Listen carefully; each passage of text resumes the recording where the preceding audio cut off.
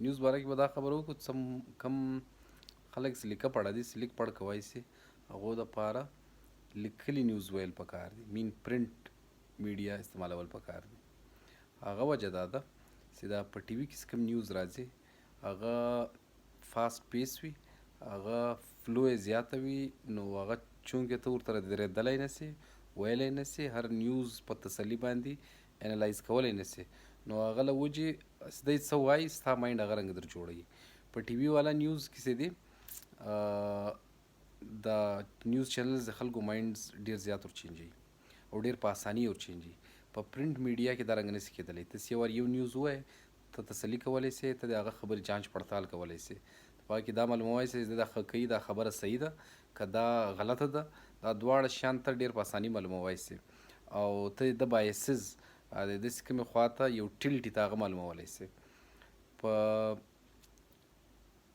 کوم خلک چې لیک پړ نه سي کولی هغه خو هم نیوز ضرورت لري، نو هغو دپاره بیا بهتره طریقه دا ده چې کوم دا سټیټ اونډ چینلز دي، که په ریډیو کې که په ټي وي کې دغو باندې ریلاینس وکړي. دا بیا هم د خبرو تصدیق کوي، یو څه شاو مخ ته ګوري او وایلنس نه سپریډوي مخ ته.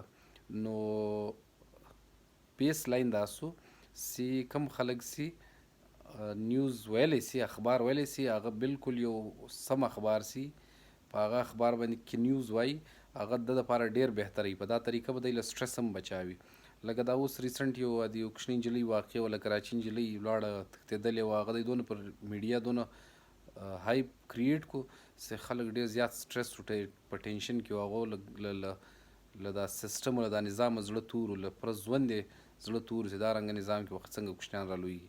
نو دا په دونه غټ سیټ اپ کې یو پوره کنټري لیول کې دا رنګه معاملات راځي، لیکن په دې کې د میډیا به ډېره غټه ریسپانسبلیټي چې هغه به څنګه هینډلوي.